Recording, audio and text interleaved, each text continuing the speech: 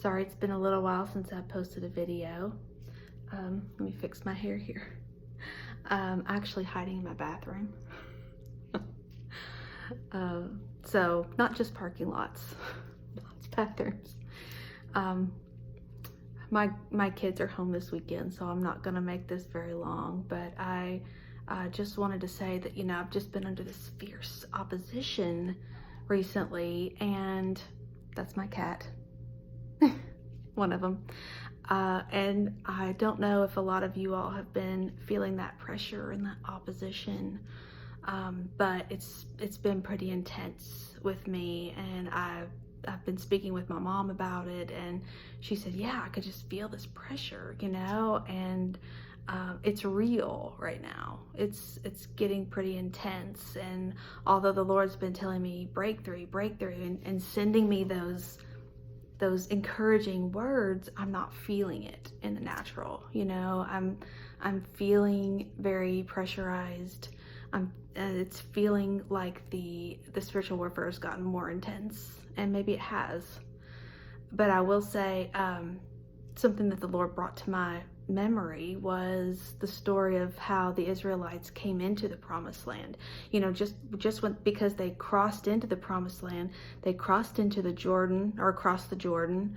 That's not when they were able to just sit back and relax, right? That's when the battles started to take their land, to take it by force. The very first thing they did after they crossed, not counting building an altar for the Lord, but the very first thing they had to do was to overcome and possess Jericho. And most people know the story, that the Lord told them to do some pretty crazy things to win this battle. They had to march around the city 7 times. Well, it's 1 time a day for 6 days, and on the 7th day 7 times around with the Ark of the Covenant. Complete silence until the very last time they circled the city. They all yelled as loud as they could, and they blew the shofars, and the walls came tumbling down. But you know, that was probably pretty hard work. I'm guessing it was a pretty sizable city. And to carry the Ark of the Covenant, I'm sure that's really heavy.